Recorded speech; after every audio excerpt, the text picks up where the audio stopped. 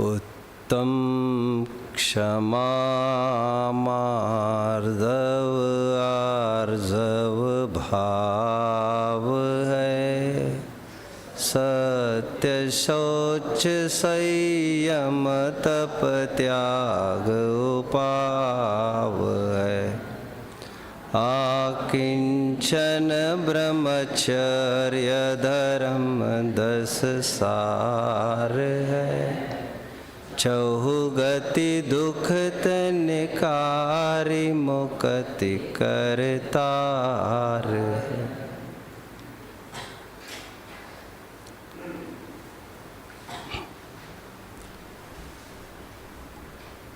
छोटा अथवा बड़ा कुछ काम कीजिए, वह पूर्वापर सोचकर कीजिए। बिना विचारे कुछ काम करेगा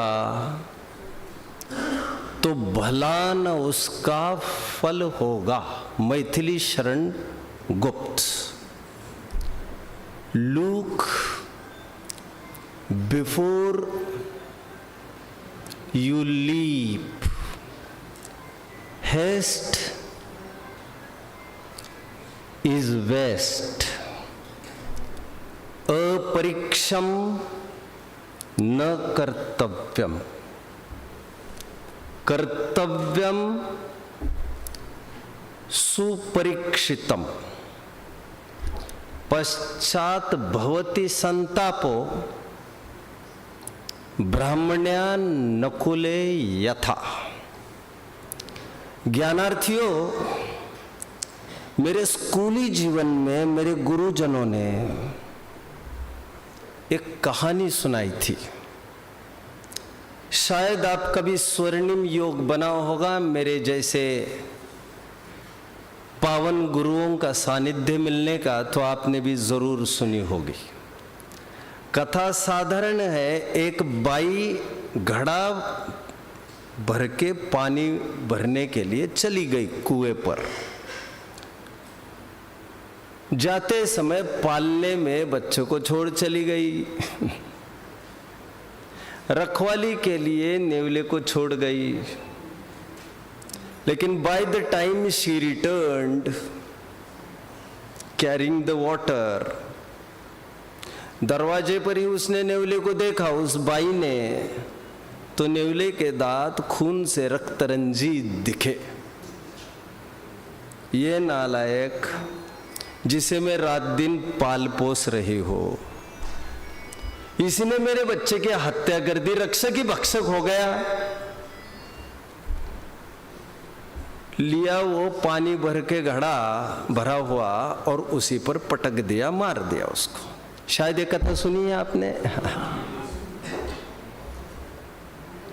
अंदर चली गई, बाद में हंसते खेलते बच्चे को देखा तो उसे पता चला टूटा कटा सांप के कुछ टुकड़े दिखे होंगे। तो उसे लगा मैंने अविचारी बुद्धि से ये क्या कर दिया। कोई भी कदम उठाने के पहले कारण की मीमांसा तो होना जरूरी है, जिसे लॉजिकल रीजनिंग कहते हैं, टेक्निकल एनालिसिस कहते हैं। उसकी थाह तक जाना तो जरूरी था। अरे कानून भी, अभी मैं ये कह रहा था, ताज ओबराय को आई थिंक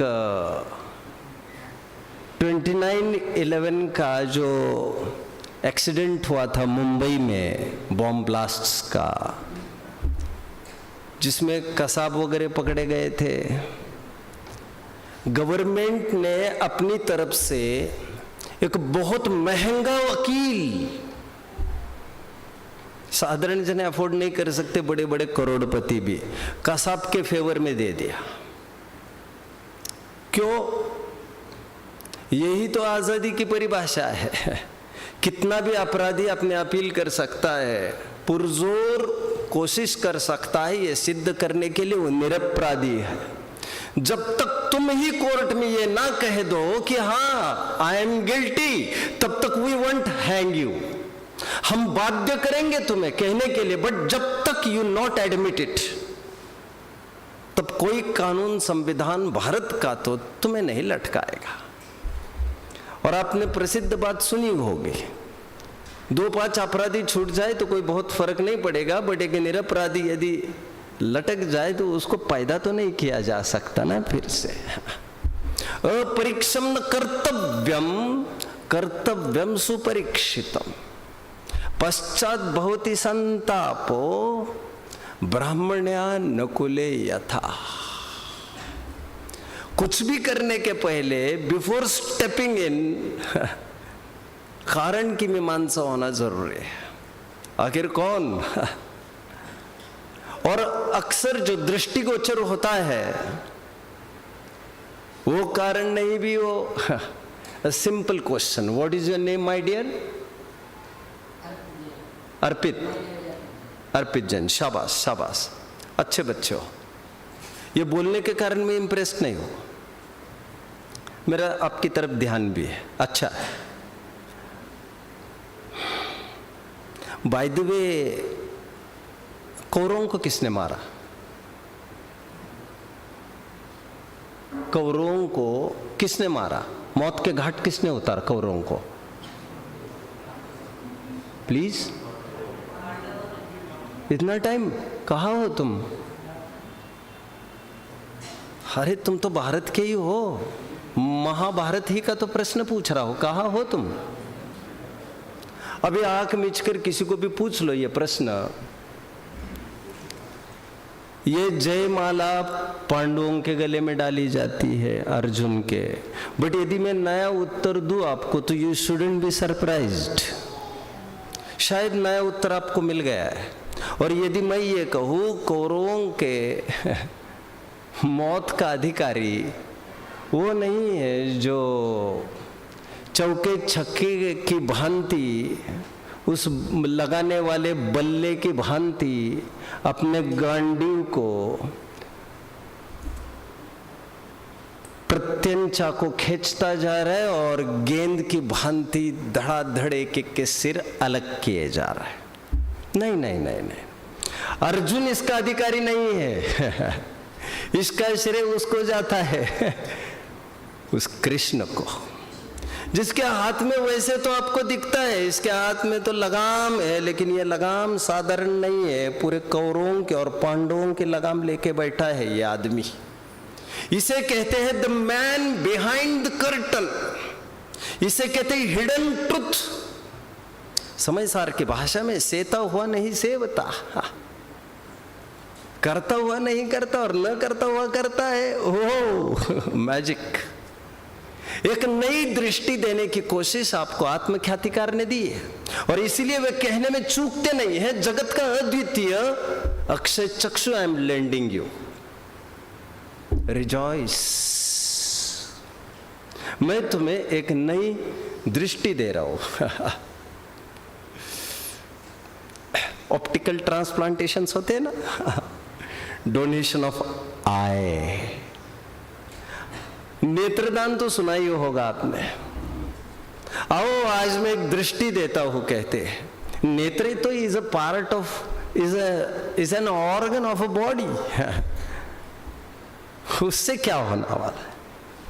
बट मैं तुम्हें एक दृष्टि देता हूं, जिस दृष्टि देने के बाद तुमको वही घटनाएं वैसी नहीं दिखेगी, सब बदली बदली दिखेगी। कल तक जो अपराधी दिख रहा है तो वो अपराधी तुम्हें दिखे ही ना। हमारे टाइम में I think it is 25 to 30 years before, हमारे टाइम में एक फिल्म रिलीज हुई थी, आपको याद आ रहा होगा, छोटा चेतन। फिल्म तो मैंने नहीं देखी है, बहुत हवा हुई थी उस फिल्म की बच्चों। हाँ, उस फिल्म की स्पेशलिटी ये थी, वो 3 डायमेंशनल पहली फिल्म थी। What is 3 dimensional film? अंदर जाते समय, थिएटर में जाते समय एक चश्मा दिया जाता था आपको, वो चश्मा पहनना आपको जरूरी होता था, जाते समय लिया भी जाता था वो चश्मा। वो चश्मा केवल 3D फिल्म्स को देखने के लिए। यदि वो 3D की वो चश्मा बीच में हटा दो चालाकी से, तो आपको ये लगेगा वो तलवार का वार सीधे आपके सिर पर किया जा रहा है। अब चिल्लाना नहीं, चुपचाप वो चश्मे को जेब से निकालना और पहन लेना। Nothing is happening with you. चिल्लाने की जरूरत नहीं है, तुम्हारे साथ कुछ भी नहीं हो रहा है। तुम्हारी दिमागी हालत ठीक करने के लिए तुम्हारे जेब में एक दृष्टि दी है हमने, उसको ले लो तुम, नहीं तो चिल्लाते रहो। और मूर्ख तुम्हारे अड़ोसी पड़ोसी शांत बैठे, ये तुमको देखा नहीं जा रहा है क्या? समझ में नहीं आ रहा है क्या किसके बलबूते पर वे शांत बैठे हैं? और आजमा लेना, एक बार पहनने में तुम्हारे बिगड़ क्या रहा है? आजमाने की तो बात कर रहे हैं। पूरा सीन सिनेरियो चेंज हो सकता है। यह वह आर्ट है जैनिज्म जिसमें दृश्य को अदृश्य और अदृश्य को दृश्य करने का एक आर्ट बताया जा रहा है। अक्सर लोग मंच पर, मैं आपको 70-80 साल पहले लेकर गया हूं, मंच पर किसी एक आदमी, कोई एक आदमी आपको अच्छा लगता है, आप उसकी प्रशंसा तारीफ करने लगते हो, और एक आदमी आपको खराब लगता है, से रावण है उसका नाम, उसकी आप निंदा में उतर जाते हो। बट बेसिकली ये दोनों तो कठपुतलियां है। ये बेसिकली ये क्या है? कठपुतलियां। मैंने आपको 70-80 साल पहले ले जाकर छोड़ा है ठेठ। ये तब के जमाने में ले जाकर छोड़ा है। 100 साल पहले चलो, 100 साल पहले चलना पड़ेगा, बिफोर बॉलीवुड केम। 150 साल पहले चल सकते हैं। और तब नाटक हुआ करते थे केवल, फिल्म नहीं हुआ करती थी। और नाटक में मंच पर लड़का लड़की ये पात्र नहीं आते थे, आती थी कठपुतलियां। आज भी कहावत है ना, उसकी कठपुतली बनोगे क्या? ये वह कठपुतली है, काठ की पुतली, लकड़ी की।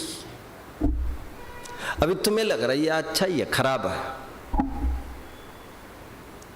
पर तुम दूर बैठे हो, ये तुम्हारी तकलीफ है। यदि मैं ये कहूँ ऐसा कुछ भी नहीं है, तुम पास आकर देखो तो तुम मानोगे। पास से देखोगे तो आपको राम के ऊपर, राम नाम के कठपुतली के ऊपर एक सूत्र जाता दिख रहा है, और रावण के ऊपर एक सूत्र जाता दिख रहा है, एंड ऊपर बैठा एक ऑपरेटर जिसे सूत्रधार कहते थे। आज भी ये वर्ड बड़ा प्रचलित है, इसके सूत्रधार वे है। और सूत्रधार वर्ड ठेठ वहां का है जो ऊपर बैठकर ऑपरेट कराता था। हालांकि ऊपर नहीं बैठता था, वो भी पीछे बैठता था, कर्टन के पीछे। वो कर्टन के पीछे से ऊपर सूत्र दिए जाते थे और पीछे से वो रेगुलेट करता था कब किसको नचाना है और कितना नचाना है।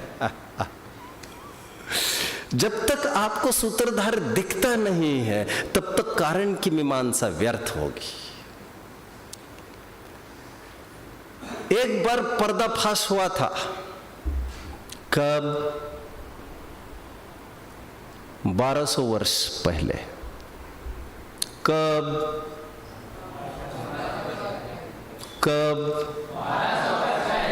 जब अकलंग स्वामी के सामने केवल एक पर्दा था और 6 महीने के लिए अनइंटरप्टेड डिबेट चलता रहा, और अकलंग को एक विकल्प हुआ, कुछ न कुछ मांजरा तो है। 6 महीने के लिए अहर्निश डिबेट चलने पर भी ये डिबेट ने अभी कोई डिसिसिव रोल प्ले नहीं किया है, निर्णय किसी के भी पक्ष में जा नहीं रहा है, और मेरा ओपोनेंट, मेरा राइवल जो पर्दे के पीछे से डिबेट कर रहा है, बौद्धों का तथा कथित रिप्रेजेंटेटिव, उसमें इतनी दम और क्षमता होगी जो 6 महीने मुझे खड़ा करे? It's highly impossible.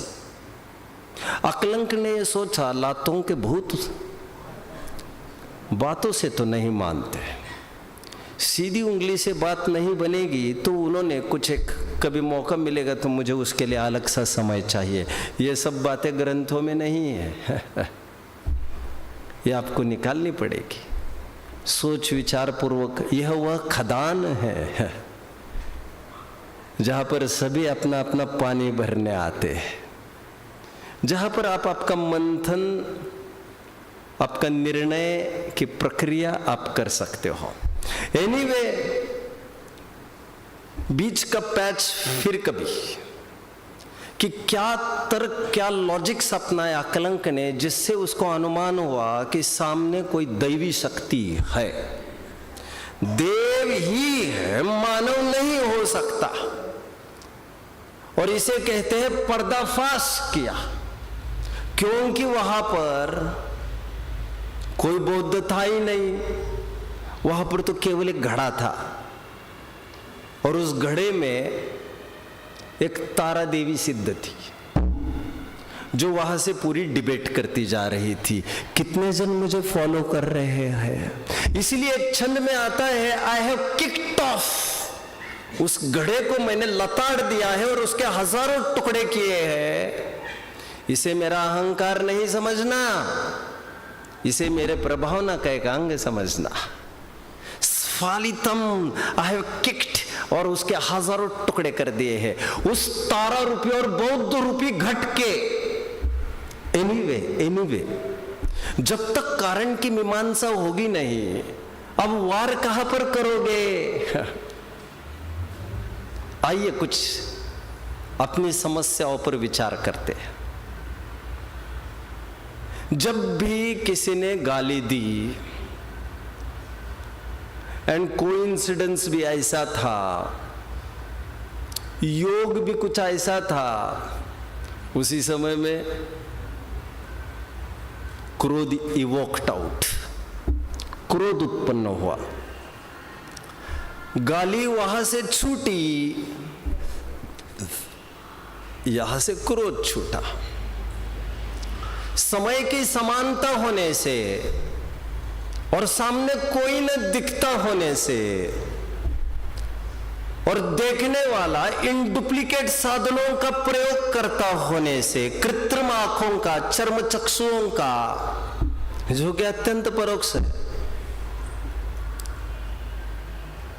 वो ये क्लेम करता है इसके कारण मुझे गुस्सा हुआ। उसके दृष्टि में कारण की मीमांसा खत्म हुई है और वो ये कहता है कि उसके कारण, उसके गाली के कारण मुझे गुस्सा आया। साहब उनको समझा दो। उनको क्या समझाओ? वो गाली ना दे तो क्या होगा? तो मुझे शांति हो जाएगी। अरे तुम्हें शांति होने के लिए मैं तुम्हें समझाऊं, ये बात तो समझ में आती है। तुम तो मुझे ये कह रहे हो कि तुम्हें शांति होने के लिए मैं उसे जाकर समझाऊं, उसे समझाऊंगा तो शांति तो उसे मिलेगी, तुम्हें कैसे मिल सकती है?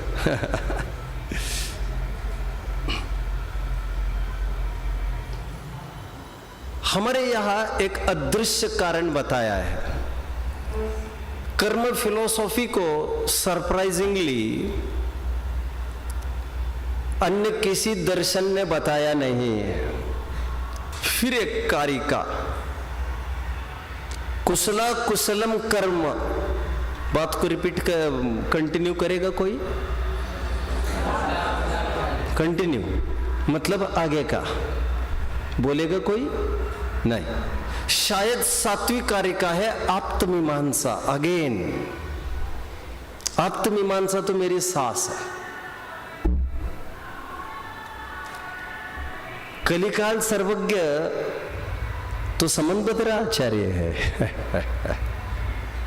आओ अखाड़े में देखता हूं तुमको, किसने दूध पिया है, आ जाओ। पुरतो जैन निर्ग्रंथवादी,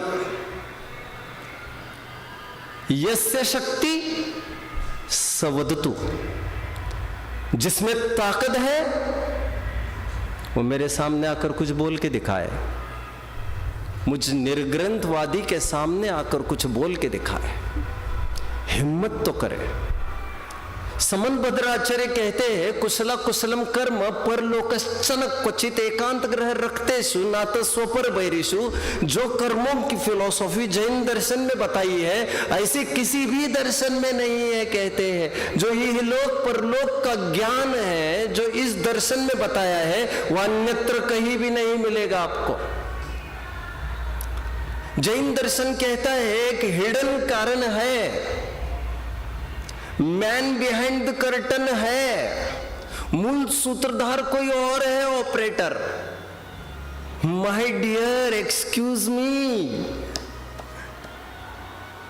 गुस्से का कारण यह गाली नहीं है। तो कौन है? एक हिडन कारण है, क्रोध नामक चारित्र मोह का उदय, और आंखों से वो दिखता नहीं है। और मराठी के जानकर इस बात को जानते होंगे, दिस्त नहीं है मराठी का कोई ज्ञाता यहां पर, दिस्त तस नस्त, म्हणून तर जग फस्त। इंग्लिश भाषी होंगे, all that glitters is not gold. जैसा दिखता है वैसा होना जरूरी नहीं है। आपको कुछ दिखे तो कुछ होगा, ऐसा नहीं। आपको कुछ नहीं दिख रहा है तो कुछ नहीं है, ऐसा भी नहीं। तो सब धोखा है यार ये तो। आंख खोलता हो तो सपन दिखता है, और आंख बंद करता हो तो अपन दिखता है। कबीर, हम तो तुम्हें पहले से ही कह रहे थे, आंख खोलकर तुम जो जो देख रहे हो तुम कह रहे this is reality, this is reality. अरे मूर्ख, ऋणम कृत्वा घृतम पिबेत भस्मीभूतस्य देहस्य। बचाओ यार इसको, कोई बचाओ। कहते ये रियलिटी, ये रियलिटी है। स्वर्ग नरक देखे कहां है, वो कहां रियलिटी है। अनुमान प्रमाण मानते नहीं, आगम प्रमाण मानते नहीं, और कहते we are scientist, we are philosophers. हम मॉडर्न जमाने के लोग हैं, जितना दिखता है उसी को हम मानते।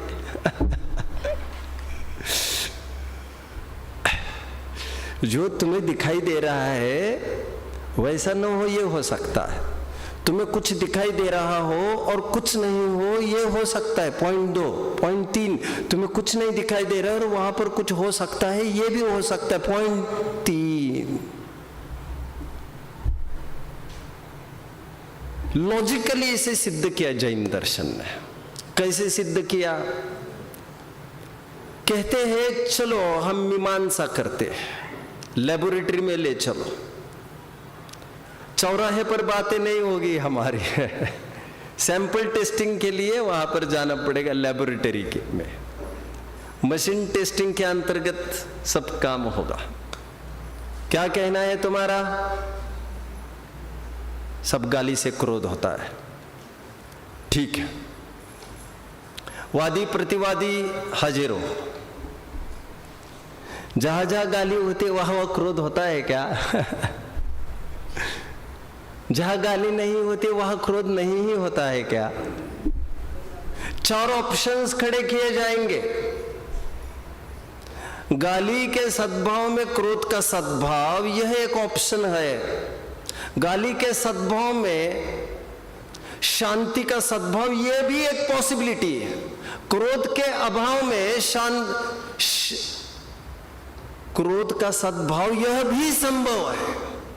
व्याप्ति दोनों तरफ से टूट गई, ना अन्वय से जमी और ना व्यतिरेक से जमी। इसे कहते हैं बच्चों, बोलिए, व्याप्ति ज्ञान, अन्योन्याभाव, ऊहापोह, तर्क अनुमान। जहां जहां यह है वहां वहां वह होना चाहिए जहां वह नहीं, वहां यह नहीं होना चाहिए। कोर्ट है ये, कोर्ट। और क्रोध के काल में बाहर में गाली हो ये जरूरी नहीं। कभी कभी मां बड़े प्रेम से पुचकारती है पीठ को और बच्चे बड़े झुंझला लेते हैं। मैंने कहा मुझे ये चाहिए, तुम मत करो ये सब बातें।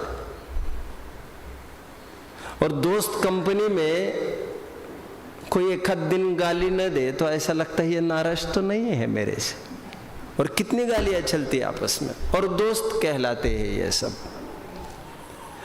टोडरमल जी ने पेज नंबर 89 पर इष्ट अनिष्ट की मिथ्या कल्पना 6 उदाहरण दिए हैं, आपको याद आ रहा होगा बच्चों। 3 उदाहरण तो इसके लिए दिए हैं कि एक ही वस्तु किसी के लिए इष्ट है, किसी के लिए अनिष्ट है। वे 3 उदाहरण कौन से? सरल सिंपल उदाहरण है बच्चों। मोक्ष मार्ग प्रकाशक तो हुआ ही होगा, 4थे अध्याय का पाठ नहीं हुआ? Okay okay. कब से है ये? 2nd ईयर से ये? हाँ हाँ, ठीक है, बच गए। 3 उदाहरण दिए। एक उदाहरण ये दिया है कि जो कपड़े के लिए मोहताज था उसे कोई मोटा वस्त्र भी दे दे तो वो खुश हो जाता है, बट जिसके पास ऑलरेडी पतला वस्त्र है उसे वे मोटा वस्त्र अनिष्ट लगता है। सामग्री 1, रिएक्शंस 2।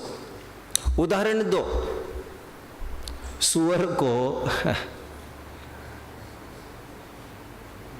विष्टा आदि इष्ट लगती है, बताओ, देव आदि को अनिष्ट लगती है। श्लोक वार्तिक में एक बहुत सुंदर उदाहरण आया। ऊंट होता है ना, ऊंट, क्या उदाहरण है देखो। ऊंट नीम खाता रहता है। बाय चांस बच्चों, बाय चांस उसके मुंह में नीम के साथ साथ 1000 पत्तियों के साथ साथ बाय चांस एक आम की पत्ती आ जाए तो उसको अलग करके थू थू करके निकाल देता है।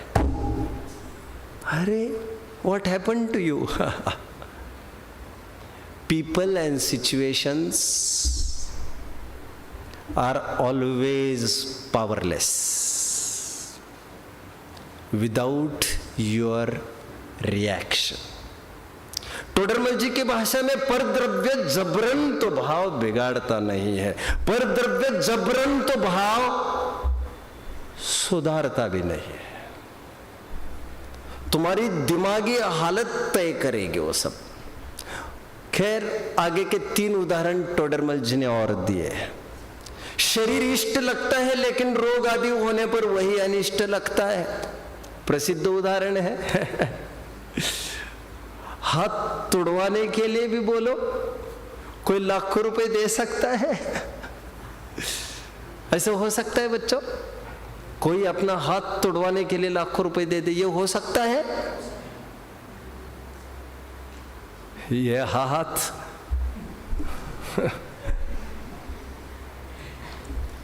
उस दिन ठाकुर मांग रहा था तब नहीं दे रहा था।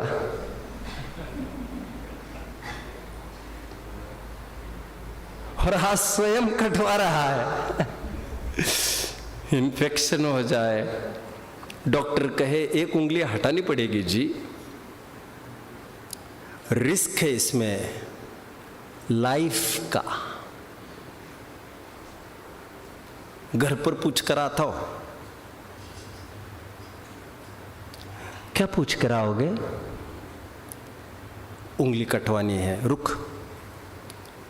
घर पर ऐसा मत पूछ। घर पर पूछ कर आप पंजा कटवाए तो चलेगा क्या?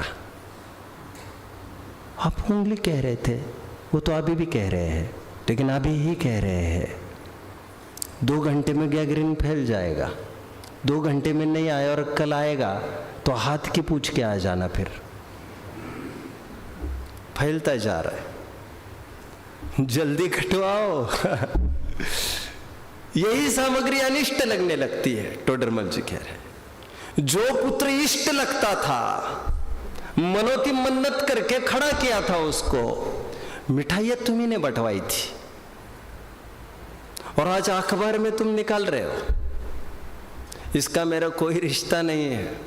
अभी अखबार में निकालने का भी जमाना गया।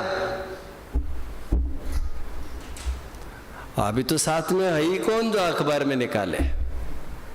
खत्म, दूध का दूध पानी का पानी, यह वहां हो जाए। उदाहरण 3,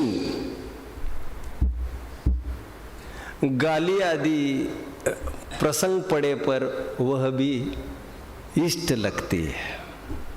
ससुराल आदि में इष्ट लगती होगी लोगों को।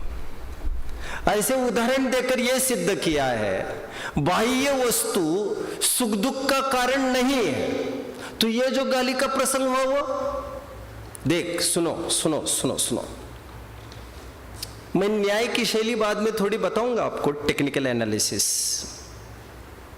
उपयोग आज आपका चुस्त है, 2-4 तो वैसे ही है और वे वैसे ही रहेंगे, उनको कुछ नहीं किया जा सकता, उनको वैसे ही छोड़ देना जरूरी होता है, चलता है। जैसे मैंने नीम के पत्ते में कुछ आम के पत्तों की बात कही थी अभी कुछ साइंस की मैं बात करता हूं बच्चों, लॉजिक्स की बात करता हूं। एक साधु था नहीं, खैर वो गृहस्थ था, उसने साधु बनने की सोची, चला गया जंगल और खूब साधना तपश्चरण करता रहा वहां पर। काफी टाइम एकांत में बिताया। एकांत में काफी टाइम बिताने के बाद एक दिन की बात है, वो बहुत परेशान हो। ये जो चिड़िया पेड़ पर बैठती है, कलरव करती है, यहाँ पर छिव छिव छिव छिव करती रहती है, यार इनको दूसरी जगह मिली नहीं क्या? जैसा तुम एकांत चाहते हो ऐसा तो एकांत कहीं नहीं मिलेगा।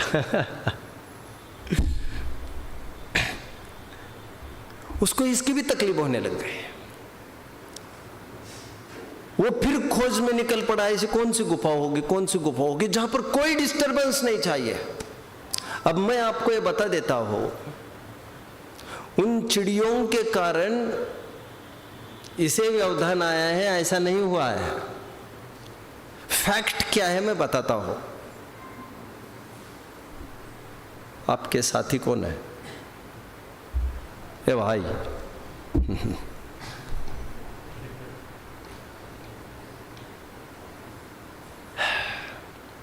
ऐसा करना चाहिए आपको। नींद लगी ना, आपको स्वयं खड़े रहना चाहिए। समस्या आपकी है क्या? कुछ बात कर रहे क्या? नहीं, वो दुखने दो, वो तो दुखती रहेगी, उसके पीछे कहाँ तक लगेंगे। मैं तो ये कह रहा हूँ जिनको नींद लग रही है उन्हें स्वयं खड़ा रहना चाहिए। समस्या आपकी है, समाधान आप ही को ढूंढना चाहिए उसका, तब मजा है, पुरुषार्थ है वो आपका। मैंने कई सभाओं में इस बात को कहा है। मैं खनियाधाना में वैसे 10 साल रह चुका हूं। मैंने ये माहौल देखा है वहां पर। और गांवों में, स्पेशली बुंदेलखंड के, जैसा माहौल पवित्रता हुआ करती थी, दैट इज इनएक्सप्रेसिबल। मजा आ गया। जिन शास्त्र पढ़कर जितना मेरा दिल उत्साहित हो उठा इस मार्ग में बढ़ने के लिए, उससे कम इन लोगों को देखकर उत्साहित नहीं हुआ। मैंने देखा है, मेरी आंखों ने यह देखा है, 100 साल के लोग जो आधे मिनट भी खड़े नहीं रह सकते, वे 2-2 किलोमीटर दूर के मंदिर तक पैदल जाते थे देव दर्शन करने के लिए। बीच में 200 बार बैठते थे, जाते समय 200 बार, आते समय 2-4 घंटे में प्रोसेस करते थे, लेकिन करते जरूर थे वे। मेरी हिम्मत देखो। ये सब सीन सिनेरियो मैंने गांव में देखा है। एनीवे, मैंने तो यहाँ तक देखा 80-80 साल के लोगों को जब नींद आती थी वे खड़े रह जाते थे कोने में जाकर। आज भी याद आता है, कभी कभी तो 20-20, 25-25 मिनट खड़े रहते थे, तो मैं उनको कहता था आप बैठ जाइए, मुझे तकलीफ हो रही है। वे कहते थे आप आपका काम करो, हम हमारा निवारण कर रहे हैं। ओके, मैं कुछ साइंस की बात कर रहा हूं बच्चों। मैंने एक साधु को खड़ा किया था आपके सामने, जिसे एक ब्रह्म रूपी जहरीले सांप ने दंश किया है, और जहर कुछ इस कदर का चढ़ पड़ा है, वो तो प्रकृति की सभी वस्तुओं को हटाना चाहता है, जो उसके बस की है नहीं। अब मैं आपको और एक बात बताता हूं। एक तालाब और एकदम शुद्ध पानी को आप देख रहे हैं। मेरे शब्दों की तरफ ध्यान जरूर देना है ना, क्योंकि आप मुझे जानते नहीं हैं। मुझे आपको जानना बहुत जरूरी नहीं है। वक्तुर अभिप्रायः नयः। मेरे भाषा और मेरे शब्दों की स्विफ्टनेस और ट्विस्ट की तरफ थोड़ा ध्यान देना। अब मेरा ये प्रश्न है, एकदम साफ दिखने वाला ये तालाब अचानक ऊपर से एक कंकड़ किसी के द्वारा फेंका हुआ गिरा, और अचानक वो पानी डिफ्यूज हो गया। डिफ्यूजन कहते, क्या कहते उसको, वो पूरा कीचड़ गंदगी वो पूरी क्या कहना चाहिए, वो ऊपर तक आ गई, और वो तालाब पूरा गंदा सा हो गया। तो मेरा ये प्रश्न है, वो पत्थर आने से तालाब गंदा हुआ, बात एक। वो पत्थर आने से वो तालाब पहले से ही गंदा था, यह सिद्ध हुआ है केवल। दोनों में से कौन सी बात सत्य है? जब आप इस बात को समझेंगे तो आपको मजा इस बात का आएगा, गाली के कारण गुस्सा नहीं हुआ है। गुस्सा तुम्हारे अंदर से अंदर में राज कर रहा है अभी भी। अपने पकड़े उसकी ढीली नहीं हुई है। ये तो एक प्रसंग बहाने के बहाने आंखें खुलने का अवसर मिल गया। तुम कहाँ खड़े हो ये पता चला तुम्हें।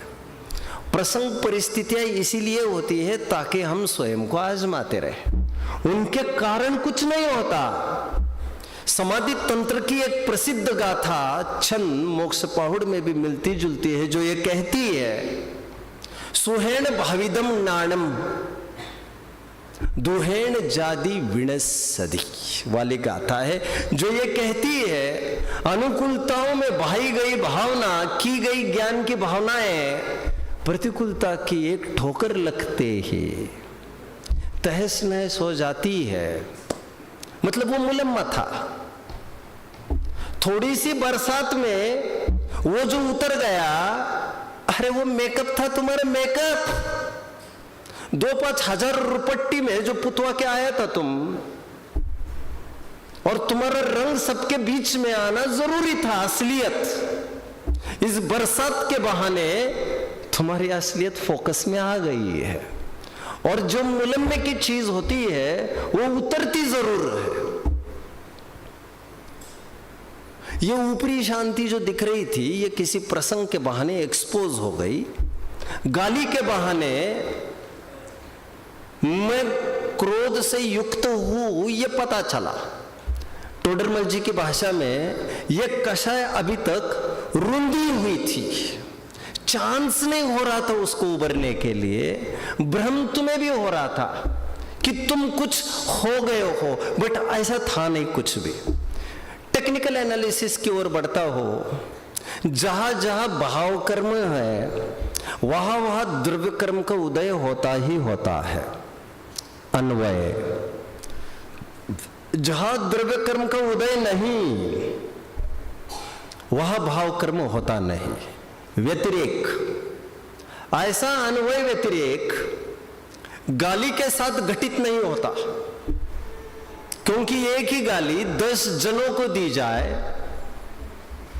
10 जन प्रभावित नहीं होते उससे। वस्त्र हरण किया जा रहा था द्रौपदी का, सभी जन बराबर रूप से कहाँ उत्तेजित हो गए।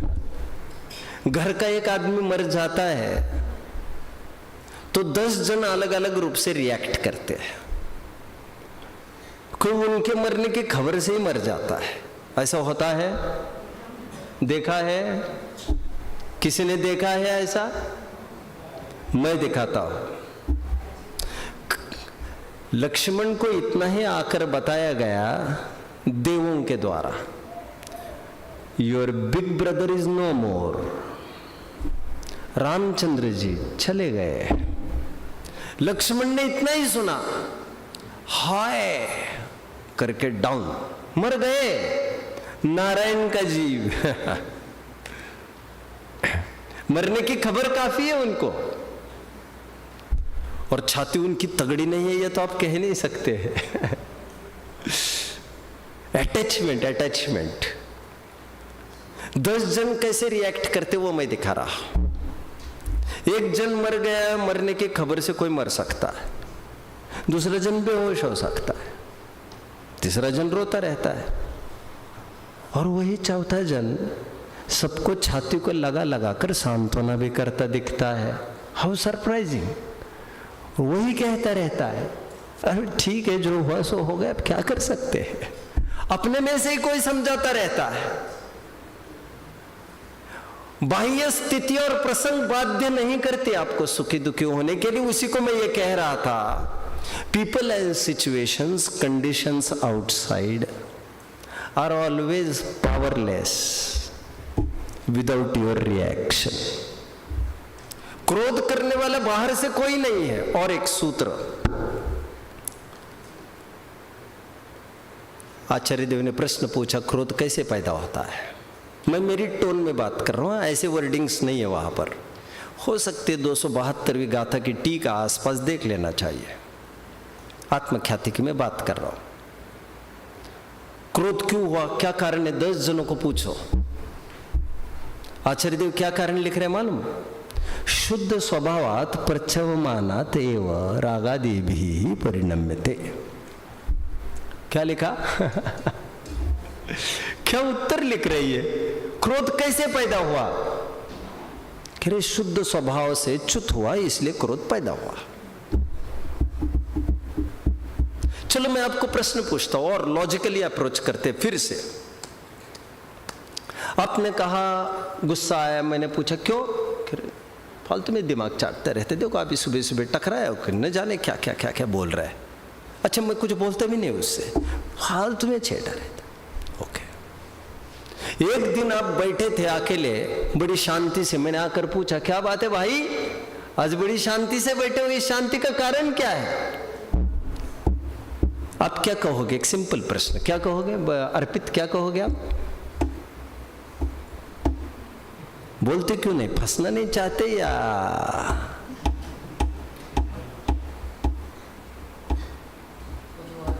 हाँ?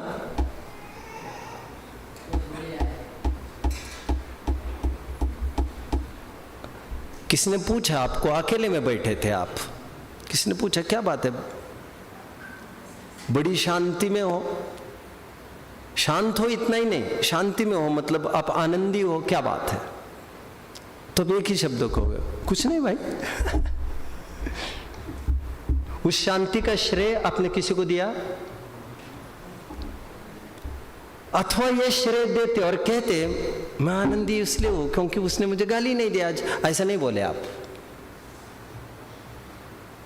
जब शांति का श्रेय आपने किसी और को नहीं दिया तो क्रोध का श्रेय औरों को कैसे दे रहे आप? जब शांति का स्रोत आप स्वयं को घोषित कर रहे हैं तो क्रोध का स्रोत स्वयं को घोषित क्यों नहीं कर रहे हैं? आप न्याय कहा कर रही है। आचार्य देव उस टोन से बात कर रहे, शुद्ध स्वभावात प्रच्छवमानाते, वो शुद्ध स्वभाव से बाहर निकला इसलिए क्रोध को प्राप्त हुआ। Simple reason. मच्छर अंदर क्यों आए? मैं बाहर निकला था तो दरवाजा खुल गया, तो सूर्यास्त के बाद फिर वो मच्छर आ गए। जिस दरवाजे से तू बाहर निकलता है उसी दरवाजे से ये क्रोध प्रवेश करता है। घर पर ही बने रहो, और दरवाजा खोलोगे तो होगा, हो हल्ला तो होगा, तुम रोक नहीं सकोगे। ज्ञानार्थियों, ये एक टेक्निकल एनालिसिस मैंने किया जिसमें यह सिद्ध किया मैंने, पर द्रव्यों से क्रोध नहीं होता, जो हमको कषाय नामक पाठ में पढ़ाया गया है। एक दूसरे टप्पे की ओर बढ़ने के पूर्व मैं आपको पूछना चाहूंगा, कषाय कैसे उत्पन्न होती है और कैसे मिटती है? मैं आपसे उत्तर चाहता हूं। ज्ञानार्थियों, कषाय कैसे उत्पन्न होते? बालबोध भाग 2 पाठ 3। कोई लाज बचाएगा जरूर। 1 2 3 4 5 6 7 ये गिनती करके मैं कुछ कहना चाहता हूं। बालबोध भाग के प्रश्न पूछे जा रहे मेरे भाई।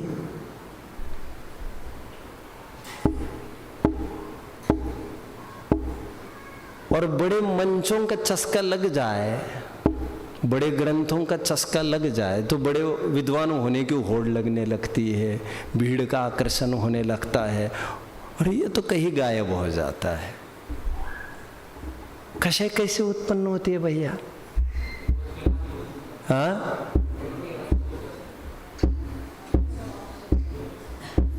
आप 7 में से थे, 7 में से ही हो क्या आप? हाथ ऊपर वाले में। हाँ, कुछ तो बोलो, मैं आपको पूछ रहा हूं जो अभी बोल रहे थे वशीभूत होकर। हाँ हाँ, 7 में से नहीं है ना? 7 में से कौन है? कषाय कैसे उत्पन्न होते भैया? बैठ कर बोलेंगे चलेगा। हाँ, पार्डन? हाँ हाँ, क्या बात है?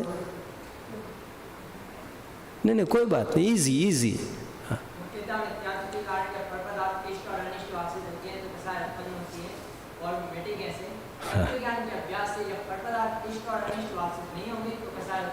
बढ़िया। स्पेशली मेरे भाई, अभी तुम्हारी एग्जाम चल रही है, क्रोध कैसे उत्पन्न होता है? ये तो सरल है, उसी पाठ का प्रश्न है। ये तो इन जनरल कषाय की बात हुई, अलग अलग उन्होंने बताया क्रोध कैसे उत्पन्न होता है। बताइए जल्दी बच्चों, क्रोध कैसे उत्पन्न होता है? कितने जन बताएंगे? 1। कितने आदमी है? आपको पक्के में लगने वाला है, ये आदमी देख कर आया कुछ। 2। ये स्थिति कितनी खराब है। क्रोध कैसे उत्पन्न होता है? मैंने पूछा बच्चों, आपको चाहिए, मैं एक्सपर्ट नहीं हूं, जो मुझे लगता है मैं बता रहा हूं, और मैं मानता भी नहीं हूं, जो मैं कहता हूं वो सब आपको मानना चाहिए। विकल्प को रखने की आजादी मुझे मिली है, उस आजादी का मैं प्रयोग कर रहा हूं, आप आपका प्रयोग करिए। सैटरडे संडेज को जो सांस्कृतिक कार्यक्रम लिए जाते हैं, मैं ज्ञान का आग्रही ज्यादा हूं। ठीक है, जो आप कॉम्पिटिशन्स करते हो तो ठीक है, एंटरटेनमेंट ज़्यादा, ज्ञानार्जन कम। आपको चाहिए बालबोध के जैसे, बालबोध 1 2 3 पर एग्जाम होंगे सैटरडेज को, या 1 पर विवेचिका वगैरह पढ़ के आना, कुछ भी प्रश्न पूछे जाएंगे। ऐसे निरंतर होते रहना चाहिए, और ये होते रहना चाहिए। वितरक विज्ञान 1 2 3, तत्वज्ञान 1 2, इस बहाने होता रहना चाहिए। ऐसे कैसे चलेगा बच्चों? देश भर में से चुनकर 11 वहां पर टीम के रूप में भेज दिए जाते हैं। तो उनसे तो कुछ एक्सपेक्टेड है ना, गवर्नमेंट उनको स्पॉन्सर करती है, सब करती है, सिलेक्ट किया है उनको। आप एक सिलेक्टेड एंड क्लासिफाइड बच्चे हो, आपसे अपेक्षा करेगी समाज। एनीवे, इस सब की कीमत, वास्तु की कीमत, लागत वगैरह सब से 1000 गुना कीमत आपके विकास, आध्यात्मिक उन्नति की है। और ये सब आपकी उन्नति का प्रतीक्षारत है। क्रोध कैसे उत्पन्न होता है भैया, बोलिए।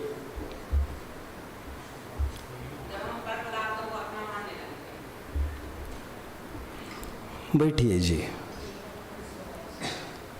कोई बोलेगा oh very sad, very sad, very sad. फिर से,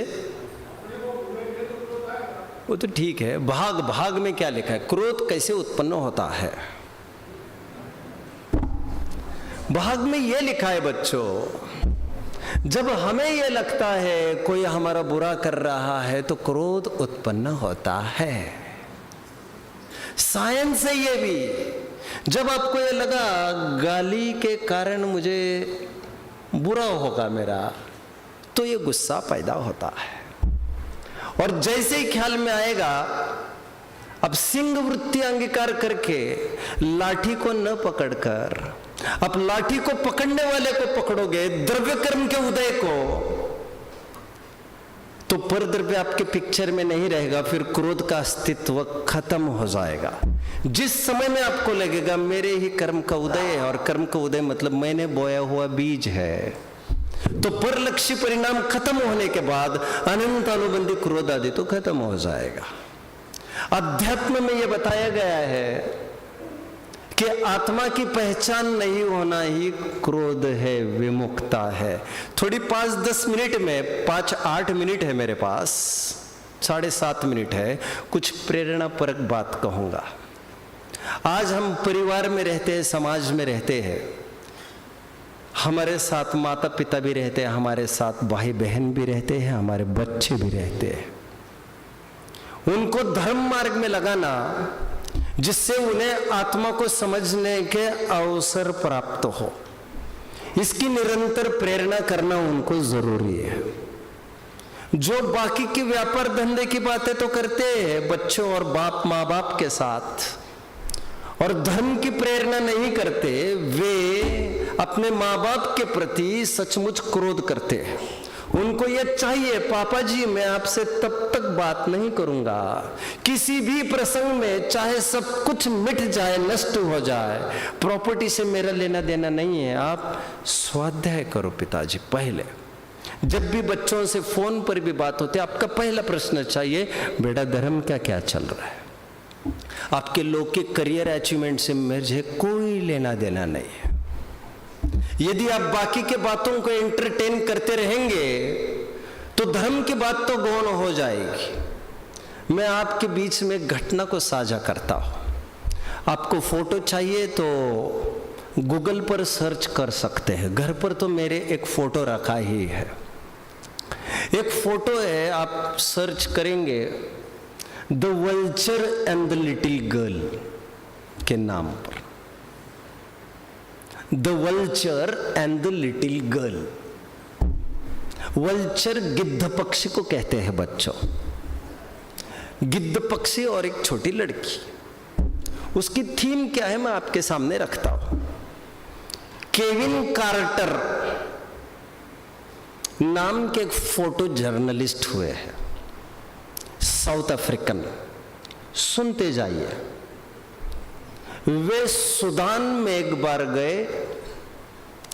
1993 का अकाल का प्रसंग था। भूख मरी से लोग रोज हजारों की तादाद में सांसें तोड़ रहे थे। हाहाकार मच गया था। छठवें काल का एक सैंपल खड़ा था वहां पर, आज भी बहुत जगह है। और ये सूडान में गए। फोटो जर्नलिस्ट जानते हो आप, जो फोटोज पर मास्टरी रहती है, जो सबसे अच्छा फोटो प्रेजेंट करेगा। उन्होंने एक फोटो प्रेजेंट किया था, जिस फोटो की मैं बात कर रहा हूं फिलहाल। फोटो इस प्रकार है, वो एक तरफ गिद्ध पक्षी बैठा है और एक तरफ 4-5 साल की लड़की है 5-10 फीट पर। वो 5-10 साल की लड़की इतनी कृष्काय है अब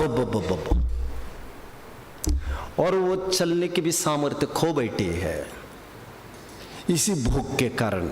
ऐसा लग रहा है वो किसी दिशा में जा रही है।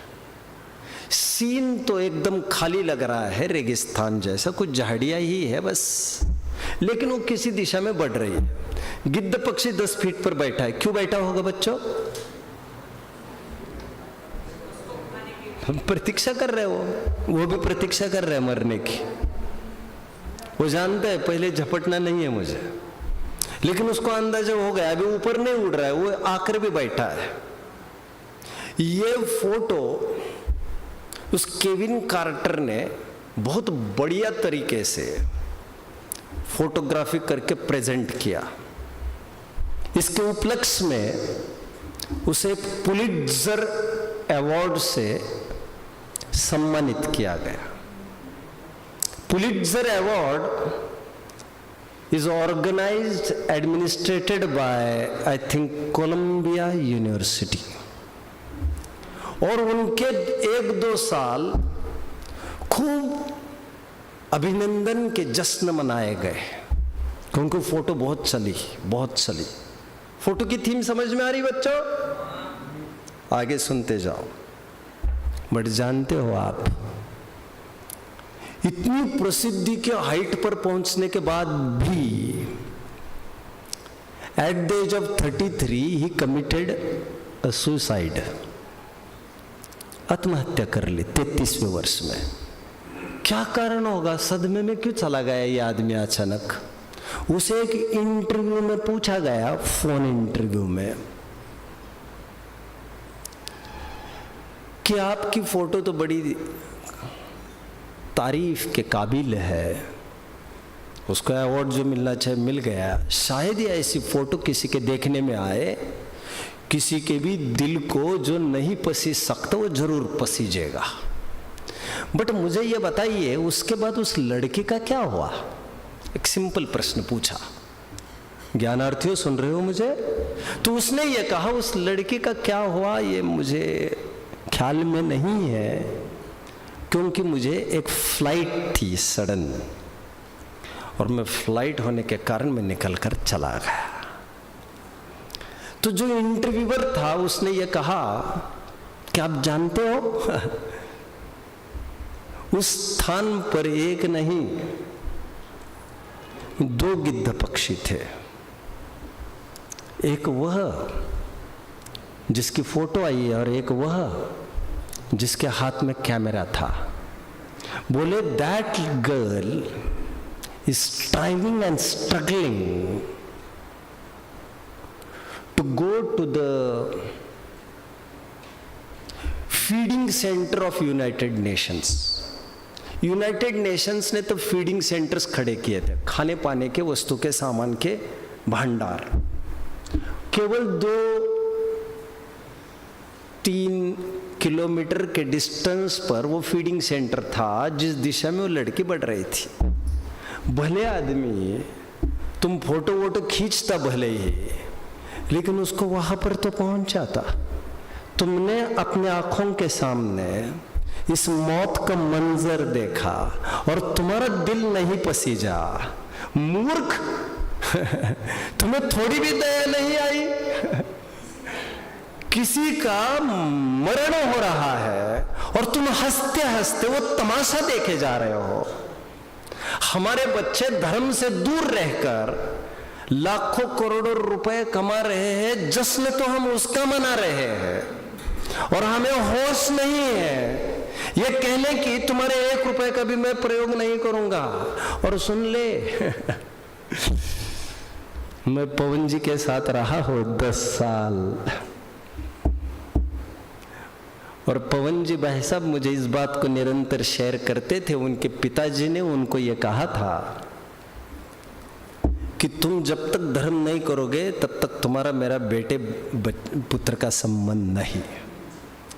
किसी ने कहा पवन जी एडमिट हो गए विदेश में, वे शायद चले जाए, वो अंतिम बार बात करना चाहते हैं। उनको कह दो मेरा लड़का कब कब मर गया है, मैं बात नहीं करूंगा, शक्ल भी नहीं देखूंगा। फिर पवन जी के जीवन में कुछ रिवॉल्यूशन आया, वे धर्म मार्ग में आ गए तो बड़ी स्फूर्ति में धर्म मार्ग में दौड़ते हुए मेरी आंखों ने उनको देखा है। टाइम तो मेरा हो रहा है, सो मेनी थिंग्स टू से, बट अभी मुझे और 9 घंटे मिलेंगे, मैं अपनी तृष्णा वहाँ पूरी कर लूँगा। धर्म मार्ग से दूर रहते हुए हम स्वयं को, अपनों को नहीं देख सकते। निरंतर धर्मोपदेश देते रहेंगे, उनके मन बहलाने का कोई उपाय हमारे पास नहीं है। हम एक स्थायी सॉल्यूशन लेकर बैठे हैं। तुम्हें क्या अच्छा लगता है इससे हमें बहुत मतलब नहीं है। हम सामाजिक नहीं है, हम टारगेटेड है, फोकस्ड है, लक्ष्यनिष्ठ है, और हमारा संबंध है तो हम उसी की प्रेरणा आपको करते रहेंगे। यही मेरी क्षमा है। ओम नमः।